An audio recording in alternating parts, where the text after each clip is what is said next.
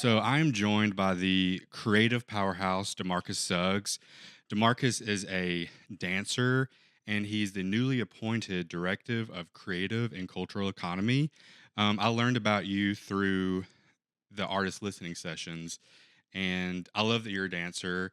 And I wanted to pick your brain, so I had to have you on. So thanks for joining me. Nah, thanks for having me. I appreciate it. Yeah. I read somewhere that um, your grandma was your first dance partner. And I really related to that because my grandma was my first dance partner. I have a vivid memory of when I was like 5 and I was obsessed with Motown and we would dance to Motown together. Was that your first first glimpse of dance? It was yeah, so it was at weddings. So I'm from a big family, and so there was like always weddings and things happening over the summers. But I was about 4 years old and was at a wedding with my mom. I'm the youngest of seven, and so Wow. I was like the only kid there. It's probably folks were like, "Don't bring all your kids," and so she brought one. Yeah. And my grandmother like took me up from the table. I was like, "You're gonna dance with me," and so it was the Whitney Houston. I want to dance with somebody, and we were jamming out. Perfect. And I think that it was my first glimpse of like what it was to be in my body and just to like have a really good time, the joy. There was nothing that could go wrong around. We could maybe there was drinks being spilled, but I just remember that. And then follow up with that, like I just had invitations to be creative by my mom and my family, and my grandmother was a huge part of that too. So yeah, I thanks love for that. bringing that up. I got a little misty. I think about that. Yeah, Yeah. I love grandma stuff. Hmm. And so you danced with your grandma. What was kind of the next journey part of your creative journey? How did you become a performing dancer? Yeah, well, then my sister was also a dancer, so she had like a hip hop like team that would carry around like a little boom box in the '90s. They Cool. were serious about it, and Mm. I was a kid who one I was annoying, no doubt, but I would follow them around and just learn their dances and then perform them while they were doing them in the audience. And so, I think that I always kind of saw that as like that was the most. Um, Expressive and the most in my like me that I was, and just being growing up in inner city St. Paul, Minnesota, not really sure of my own identity. Dance became kind of that vehicle, the arts. And so I was 12 years old when I or no sorry 14. I was about to go to high school, and I wanted to go to an arts high school, and there was like this draft kind of choice voucher program, and I wasn't able to go. And so I like Mm. really immediately felt like that like something was lost. Crushing. Yeah, Hmm. exactly. And so my mom picked up on that and was like, you know what, we're gonna move. And so we moved to a suburb where there was this immense like opportunity to be in the arts, and that like really kind of honed my love for creativity, and I got to just experience all kinds of things. And so when I went to undergrad, not thinking that that was a viable career, but I tried to study business. I tried to study elementary education. Realized that those also just didn't feel true to form for me. And then a mentor of mine was like, "Why don't you try this dance class at a community college? So like, leave that serious business alone and Hmm. like just go have fun. You're young, you have time." And when I went into my first ballet class, it was blinders from there. And so Mm. that really undergrad became, that was my career trajectory. And so I danced with companies from around the country, but especially we traveled internationally and domestically. Dayton Contemporary Dance Company was my best or my biggest kind of formative professional career or career space. And from there, I went on to Dayton Ballet and different project work with a number of entities. And so, yeah, dance was huge. And when I realized that I wanted to do something a little bit more, because it became a little bit challenging. I was looking at myself 8 hours a day in the mirror and like just really kind of Mm. having this moment of like, what else can I be doing in the world? I was tutoring at the time, and so I was like, I'm doing something there. But then one of my students was incarcerated, and Mm. so I was on tour, and we came back, and he was no longer at the program, and it really kind of shook me as like, okay, I love this work, but there's something else that I really want to be actively doing, and it's doing something about the community. I also felt like artists in my company and other companies weren't represented as much as I wanted, and so there was this kind of advocacy thing that was boiling up in me. And so yeah, I kind of took the leap and was like, let me see what else is there. Yeah, let me be a community builder. Hmm. Um, back to ballet, like Mhm. you said you had blinders on. What was it about ballet that like inspired you?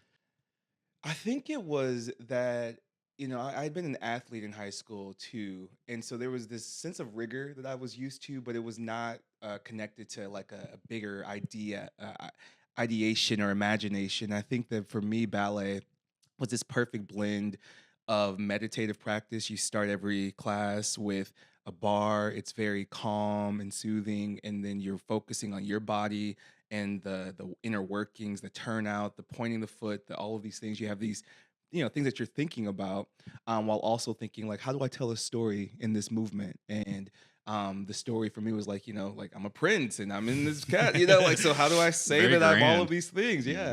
Yeah. And so yeah, it became this vehicle of like using my body to really think about like what were the messages I was conveying to the world and what did I want to say? I love that. I'm a big believer in exercise and being physical is a really huge driver of creative energy. And there's like tons of research about it. How do you think like being an athlete, being rigorous with exercise and movement, how do you think that fuels your creativity?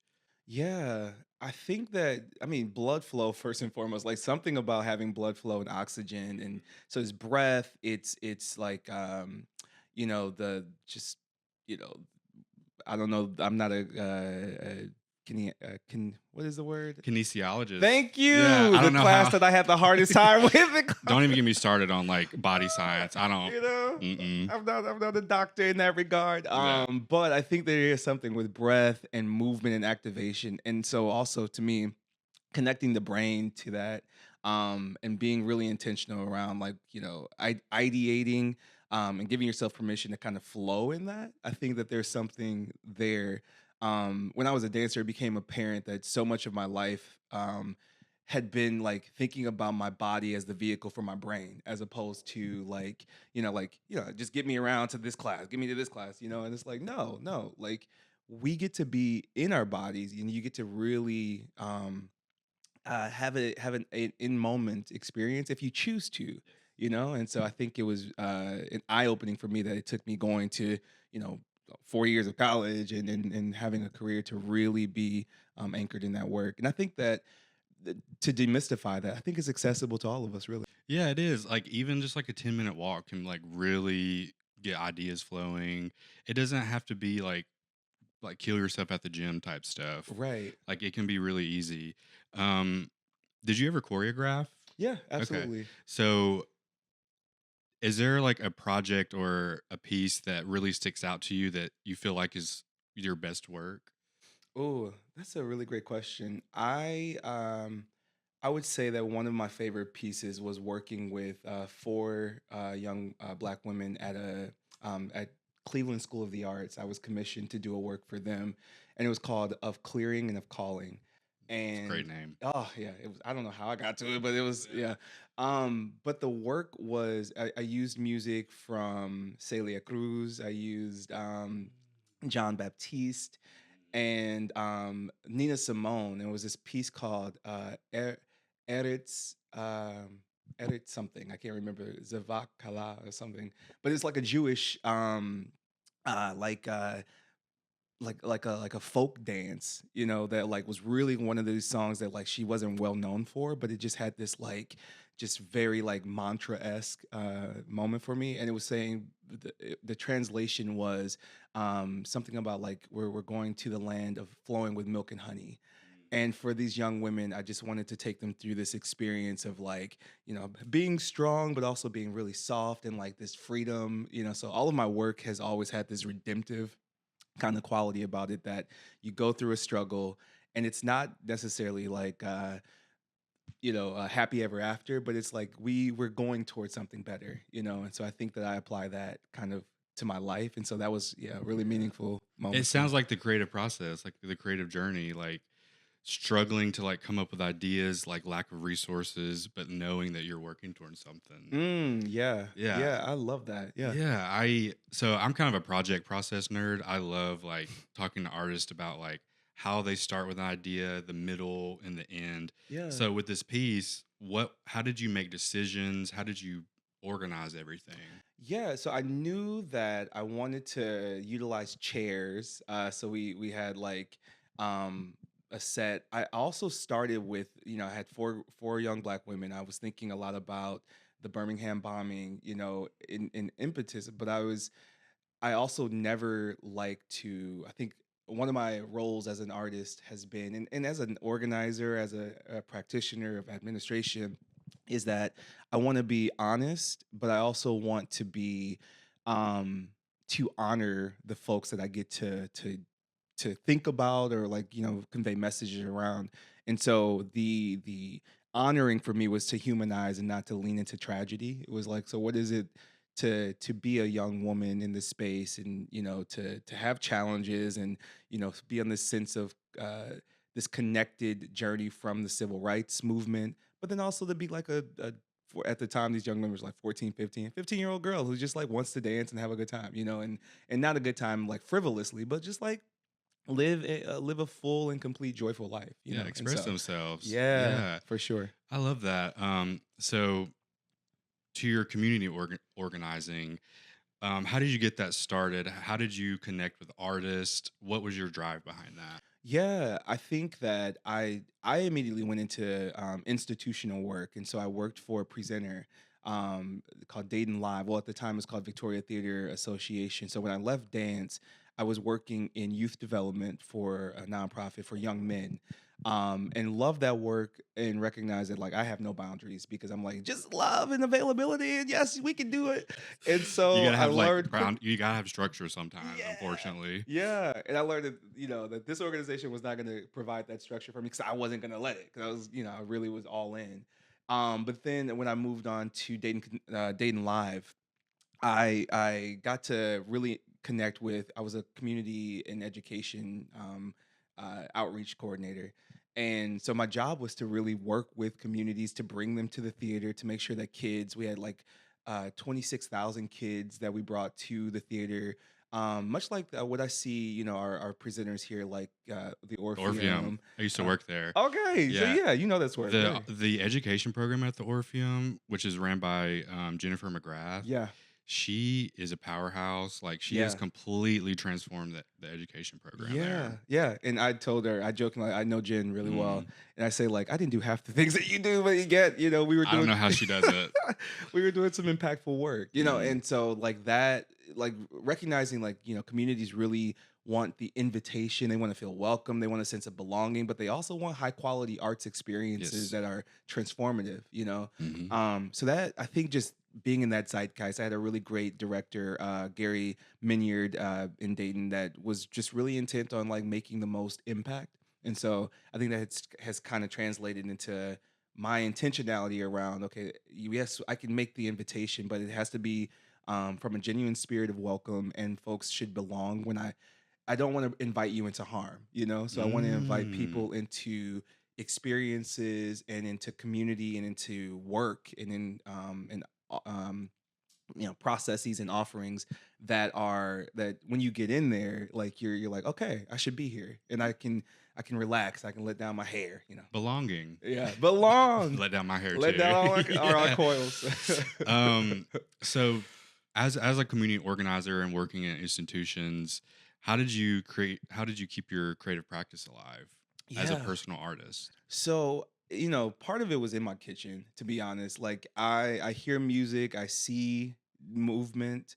And so it was a little bit of that, but it was also that I was my friends were still inviting me into like their pieces. They're like, "Hey, we know you're not done." And so I was able to still gig, and that felt for a number of years, it felt really, really good to be able to still have a practice. But I think now it's just going to class, and so taking a Saturday morning ballet class here or there, um, feels like that's the thing that I get to still kind of keep the engine flowing. But yeah, I still create in my house. I'm just like, the like Kendrick Lamar is in my head. I've been in a chokehold, and I just keep seeing movement from his new album GNX, and so. Interesting. Like what kind of movement, what about that album inspires you? I think it is the lyricism for sure, but I think it's something. I mean, the music itself, I think if you didn't even have his words on top, it just does something for me. It's amazing. Yeah, yeah, and Something so completely new. exactly, exactly. Just like, and sounds like heartbeats, and it sounds like, like just these different inspirations that I'm sure that if I dug more deeply into it, like I could, hear the actual elements that are inspiring me. But yeah, it's just something about that. Yeah, and when you have all these like inspirations and ideas, how do you organize it and make it tangible? Yeah, that's a great question. I think when you say organize, if my first thought is like I do prioritize things based on what is needed of me and what do I really want to do right now. And so right now, the work of the office, we just launched the Office of Creative and Cultural Economy for the City of Memphis, and that work feels like it's life giving and it feels important, in the sense of like, creating systems and things like that. So my 9 to 5, well, I mean, jokingly, it's like every day of the week I'm pretty much, working in some way, and with some balance and things like that. But I think the priority feels like how do I get to be connected to the creative spaces, in the community right now. And then I think organizing these, like I'm also like constantly structuring like what this piece would look like if I were to do a piece with some of Kendrick's work. I've been thinking a lot about Eddie Floyd too, who's a Stax artist. Um, but he has this piece called Big Bird, and I just like I can't. It's one of those other ones I can't shake right now. So it's like in my body, and I'm thinking a lot about what does movement look like to juxtapose like a Kendrick work with Eddie Floyd, and what would I be saying? And it feels like right now it's a one man show, because I mean I don't have any dancers under my like right around me on my flank, but yeah, and it feels like yeah, like so. I'm also inspired by the fact that in this kind of iterative or iterative space of dreaming and thinking about like what create another work would look like, that like I just have the freedom to say like I'm not done. If I want to keep rolling and keep creating, I can do that. But right now, today, it doesn't feel like that's not the priority for me today. Yeah. So do you have any habits that you do to keep you productive, energized? You mentioned the word meditation and mantra. Do you meditate or like Yeah. contemplate? Like, what are your habits like? So I do like my mornings are mine. So I wake up about 5, 6 o'clock some mornings, and it is amazing how long it actually takes me to be coherent and like here.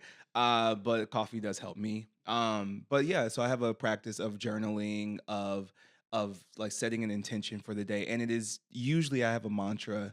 I also think that's probably why Kendrick and I are rocking so hard, because there's some life giving, like just like words that he's given. It's just like he believes in himself, and I'm like, Me too," Yes, So I'm we're gonna aligned. have my own mantra to affirm myself. Yeah, Yeah, yeah. I love journaling. I journal every morning because it externalizes all my worries and anxieties, Hmm. gives me ideas. So how does journaling help you? Yeah, it does chronicle like where I am in that day, and it also does get it out of my head. And so I'm a Gemini, Me and too. so oh hey, Yeah. twin power. Yes.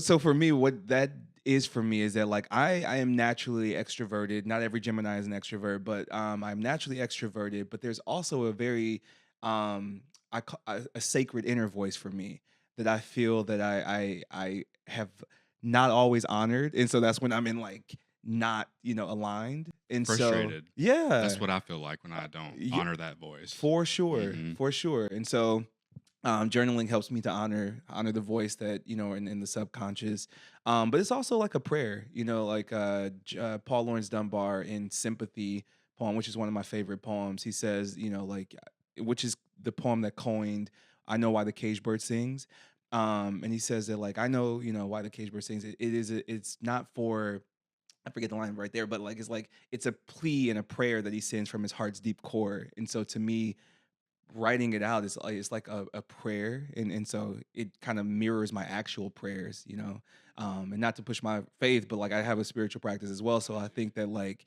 having the journaling, having this mantra and this meditation that feels like it's more like me getting into like a rhythmic space for myself, and then this prayer that I am so dependent on a higher power that, like Dude, I needed just take it all away.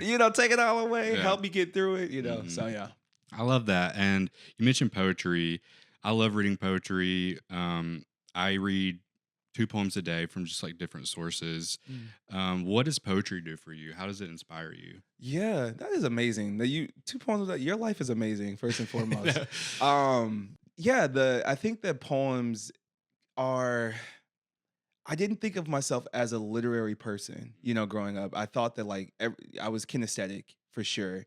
But when I got to like English classes and things like that, poetry was that bridge for me of creativity and of using words and language.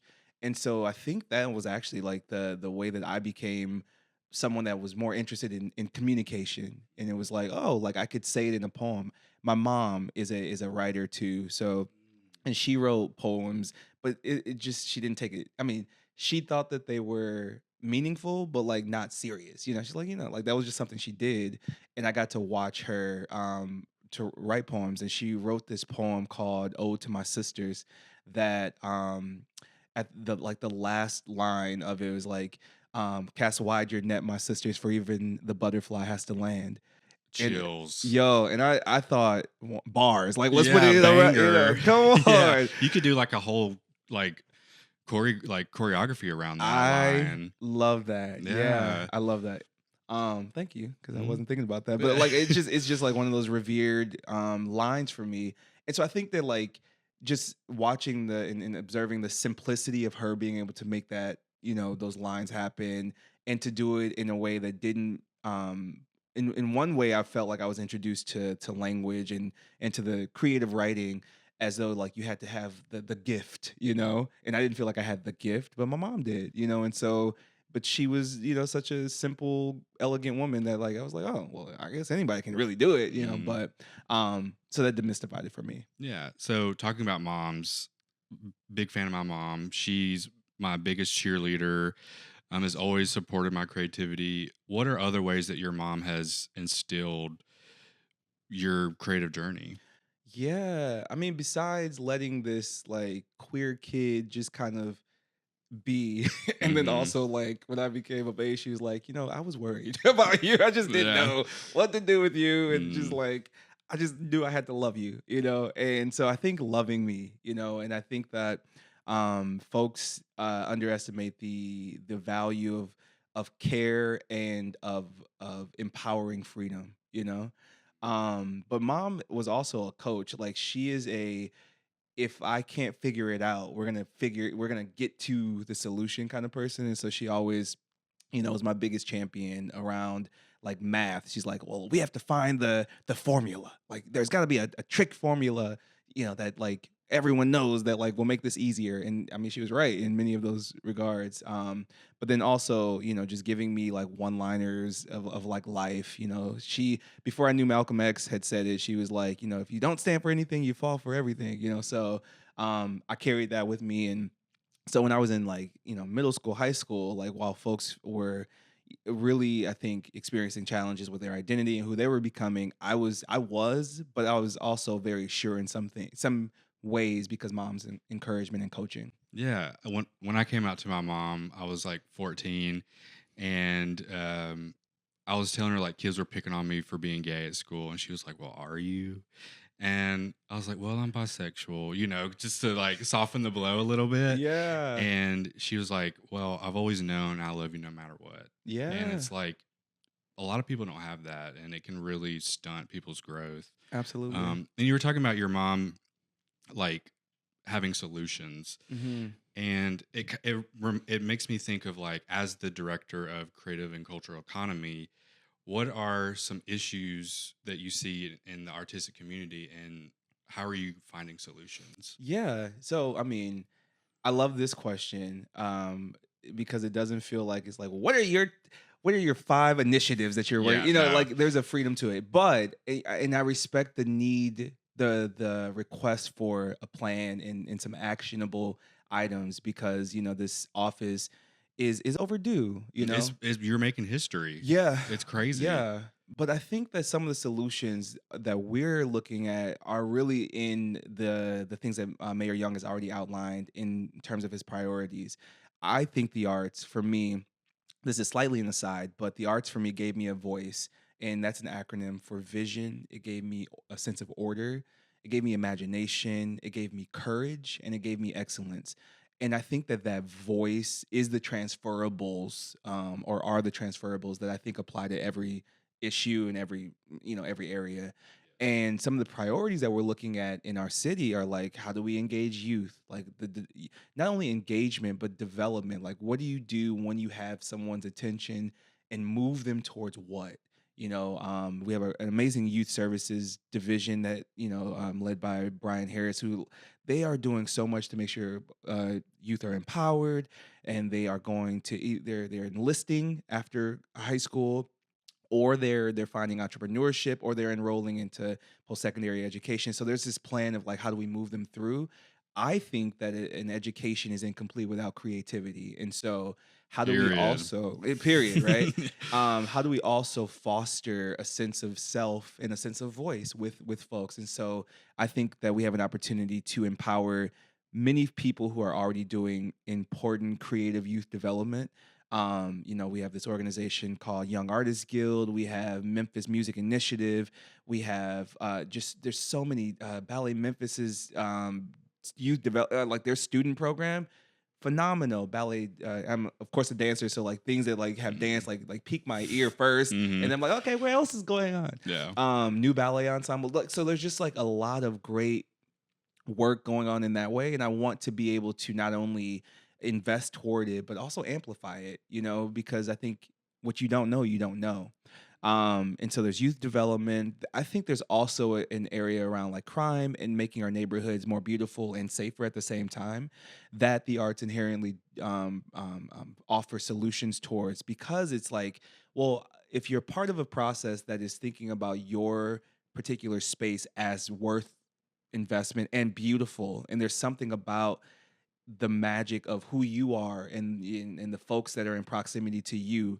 Nasa Troutman, who's at the Big We, would say like that's where culture is made, and I wholeheartedly agree. And so we're looking at creating an opportunity for culture shift. 101 is what we're calling it, but it's a creative strategy. And so how do artists get to be strategists in their neighborhoods? And so a curriculum around that, but also just fostering the opportunities for folks to do that. And so Sign me up. yo, hey, That that's sounds awesome. good. Yeah. Yeah.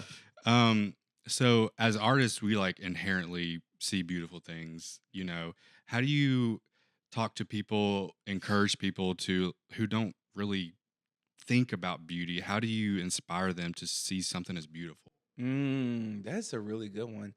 I try to just be in the moment. And so I'm trying to think of an exact experience, because I also think that sometimes there's this sense of dichotomy, like where I didn't see myself in poetry, and so sometimes people don't see themselves in beauty and creativity. And I think that I just try to live the moment, and invite folks into it. But when I was living, most recently I lived in Minnesota, and I have a group of like five of us young men, uh, Youngish. youngish men. Yeah. And my friends, like amazing humans, but they're not artists. Part of me is like part advocate, but sometimes I'm like, I don't want to advocate in every space that I'm in. So like I didn't invite them to some events, and they were like, "Where are you going?" Like you're going. I was like, "I'm going to a ballet. I'm going to a show." They're like, "Tell us about these things." And so when I started inviting them, they would like recognize that there was moments where they could engage with the work. And so my questioning, I learned this line of questioning from my work at the National Center for Choreography, of curatorial, how do you assess art dance work? Because dance is sometimes the hardest to kind of connect with. You're like, what did the gestures mean? Like Yeah. Okay. Yeah. and so I would ask folks like, how would you describe what you saw in a word or a phrase? And however you describe that, that's what the dance was about for you. That's what you got.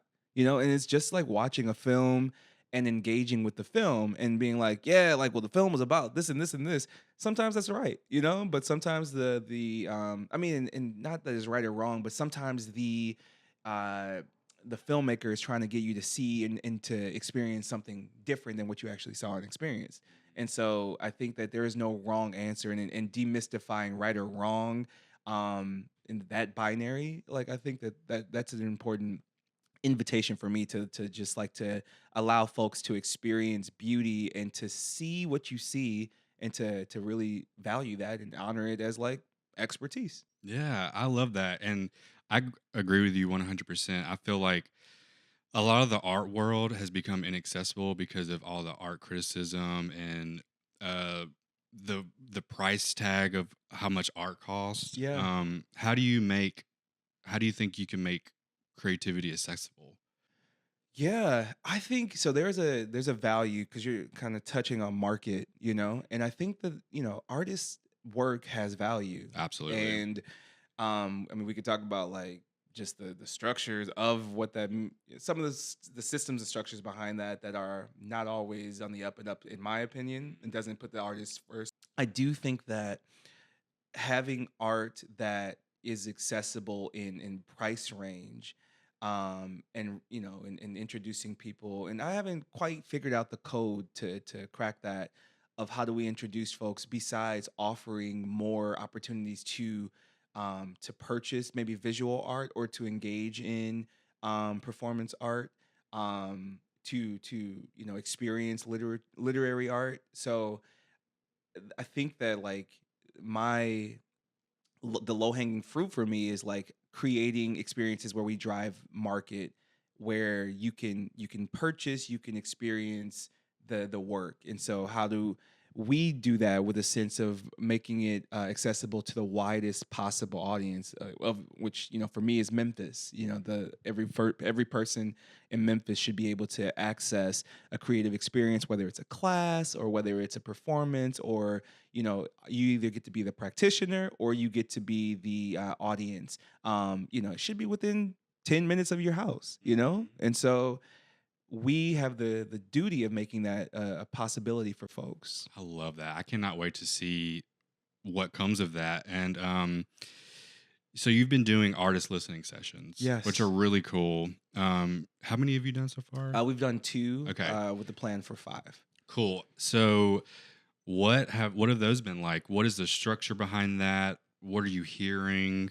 Talk about that. Yeah. So one of the reasons that I launched the artist listening sessions is because I inherited a bit of data. Like, so the office didn't just form out of like, oh, and now we have an idea. Like, there's been decades of work. I mean, we can go beyond, our Stax music, beyond the Brooks Museum being formed. Like, there's just been a lot of residents deeply invested in having arts experiences here, and recognizing that the coastal places like San Francisco and New York and LA, like, they should not be the only people that have high quality arts experiences in their neighborhoods.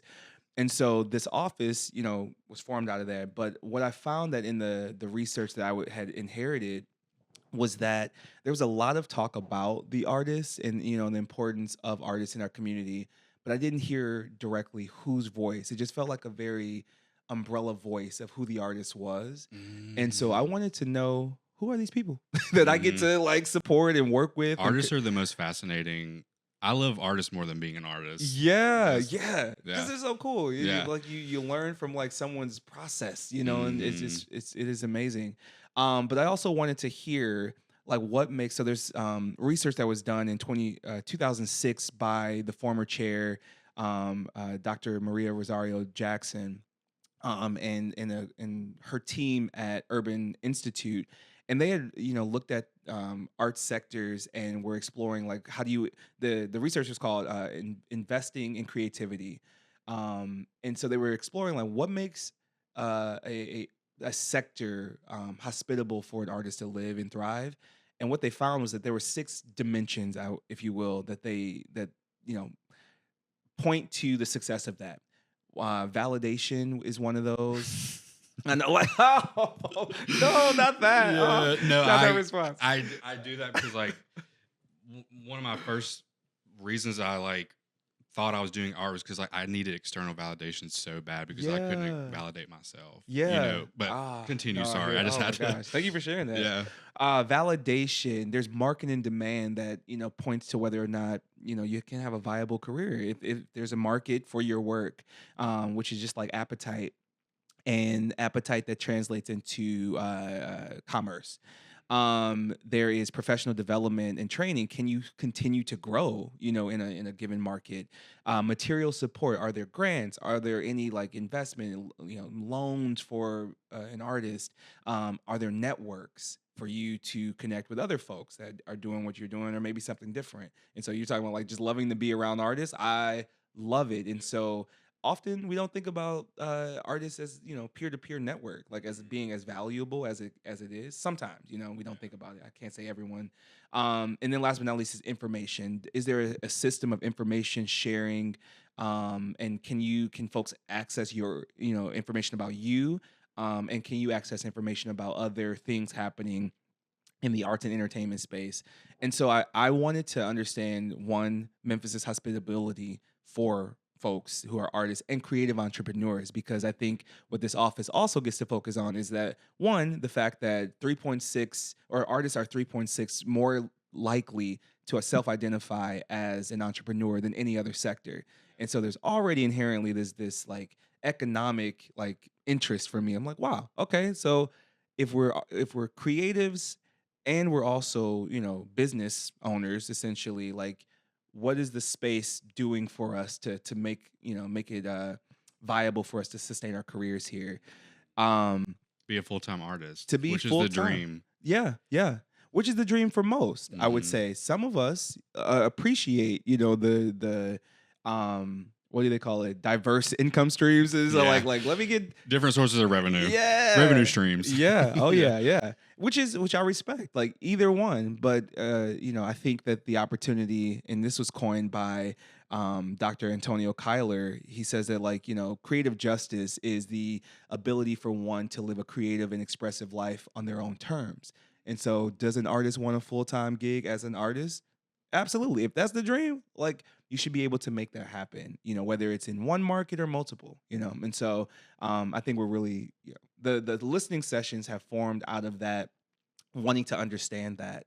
And so the framing, I think our approach for it was that I didn't want to bring us into a room and say, what's been wrong? Like, and hmm so it could be a very therapeutic session. And I am not equipped to offer therapy yeah, to anyone. I know a good one, but I yeah. am not equipped to do it. And so I wanted to frame it from a space of strengths, because I don't believe Memphis is um, uh, lacking creative genius. And so, with all of the brilliance that we have in this city, what are the conversations that we need to have, that like what has been working and what do we want more of? And so that's kind of the framing, and it's from an appreciative inquiry model. So it starts with discovery, what is, it moves towards dreaming. Then from that dreaming, the dreaming is like, what do we want more of? And then you get to design it. And so I think what is kind of like secret, not so secret, part of the work is that I'm inviting folks into this co-design process of creating what are the initiatives that the office focuses on. Yeah, and what are some of the ideas you've heard that like really something you haven't heard before or like piqued your interest? Yeah. So in our last conversation in market and demand, it was apparent that what I was really surprised to hear is that the institutional validation that comes from an artist getting to partner with an urban arts commission, or with music export Memphis, or the ballet, or like those really are like a badge of honor. So there is not this divide of, well, I'm an individual versus I'm an institution. It's like, no, no, no, no. I'm an individual who chooses to work with institutions when the partnership aligns. And so I don't know. I just didn't think about that as an angle. But I also heard this idea around, we as Memphians have a hard time marketing our work in the city, but also outside of the city. And so this idea from my like what's my guy's name? I make mad beats, was like, what does it look like to invest towards just marketing and professionally strengthening, not just individual one-to-ones, but like across a sector. And that's something that I'm exploring as well. How do you think artists can promote themselves? Yeah.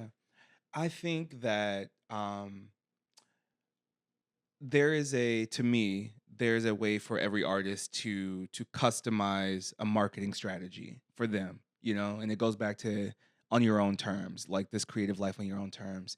Um, so one of the things that when I was at this National Center of Choreography in Akron, my director, whom I actually serve on the board now, and so my mentor became like my colleague. Christy Bolingbroke has this phenomenal approach to um, customizing or creating an administrative practice that mirrors or actually supports your creative practice. And I think that artists get to choose how do you want to market, like, or how focused of a marketing strategy do you want to have? Do you want weekly posts? Do you want daily? Do you want, your visuals to have like a particular brand identity? Then like that, we know like when a brand is consistent and you just kind of you get a feel for who they are just from visuals, even if they're a songwriter, like when it all works together in lockstep, then they become a believable and a really marketable artist. And so I think that there's the opportunity for us for Memphians, not necessarily for us, because I don't think that's necessarily the weeds of the focus and the work that I want to be in. But I do think that that is the opportunity to customize like those kind of marketing and different aspects of the administration. If you want to be a do-it-yourself kind of artist, I think of I met with Corey Liu and The Village, who I think are one of the most phenomenal artists. Mm-hmm. Just they bridge the gap for me because I'm an old head. Like I love Mm-hmm. like the soul music of Stax. Mm-hmm. I am that classic tourist. Like yeah, give me some blues. Yeah, me too. But I also really love original content, and so they do that for me. Yeah. They're one of those bands that do that for me. And so yeah, we were talking about like Corey being the market director, the booking agent, the band leader. Well, he has a music director, but like he just wears a lot of hats in his band that we don't really account for when we're looking at a band. And so, do you want to do all that or not? Like you're making those decisions, on a customized basis. Yeah, like which hats do I want to wear? Two more questions. Yeah. I could talk to you for hours. No, I But love this. I love this. so you're talking about consistency, and Mm. in my research about artists and trying to like get out of burnout and creative slumps, like the one thing I've learned is consistency is like truly the most important thing. Yeah. And it's hard to stay consistent. How, as an artist, you personally, what you've learned, how do you think an artist can stay consistent? Yeah, I think it is writing it out. And so, like, going back to like my 5 a.m. ups, that is not my true ministry, to be honest. Like, that is not who I have shown up in the world as. I love a go with the flow, like, get to it, oh, is it important? Is it due tomorrow? Like, let's go there now, like, that's important now. Um, and so I think the consistency, it kind of goes back to that, like that voice, that vision, that it's the order, it's the okay, if you want to get to that destination, which could be a recording contract, or you want to get an agent to for your visual art, like you have to have a system of or a process that you're committed to that will enable you to get there. And so understanding what is the there that you want to reach, and committing to that process. And so I think the consistency can be, as frequent as weekly, but it has to be something that you're actually committed to. And I would argue in, other self-help folks. I also listen to a lot of audiobooks. A lot of self help. Yeah. I've torn through some self help. Yeah. Folks would say that if it doesn't ring true for you, if it doesn't really wake you up, in the morning, and you would be, it's beyond passion. It is like it is it is how can I move from this, like, oh, this feel good, like it feels right, like, oh, I have this I'm really, energized. yeah, energized, a sexy dream that like Mm. I will do this when I don't feel like it, And one of my new commitments is like I want to live a long time.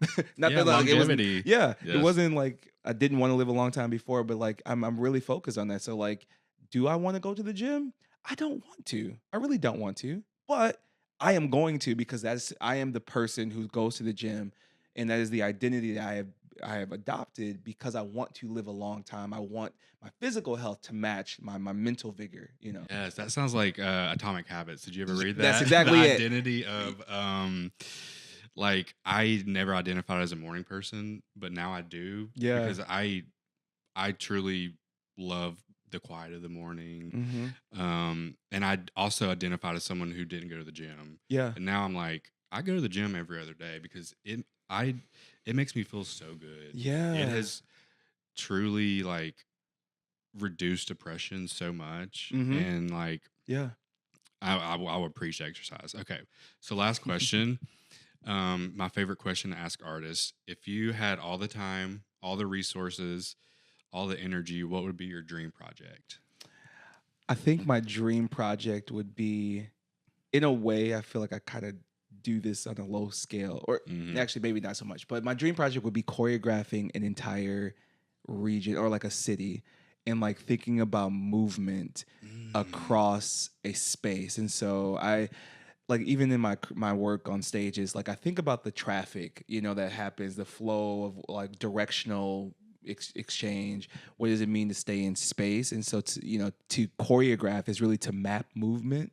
And when I zoom out, like what does it look like to choreograph a neighborhood of like multiple people moving in one direction, and then another movement, and then like we're doing the like gestures here, so that would be like a really cool project. Holy bleep, that is genius. Oh, like man. zooming out and like having different people in different areas of the town doing something at the same time. That's really cool. Yeah.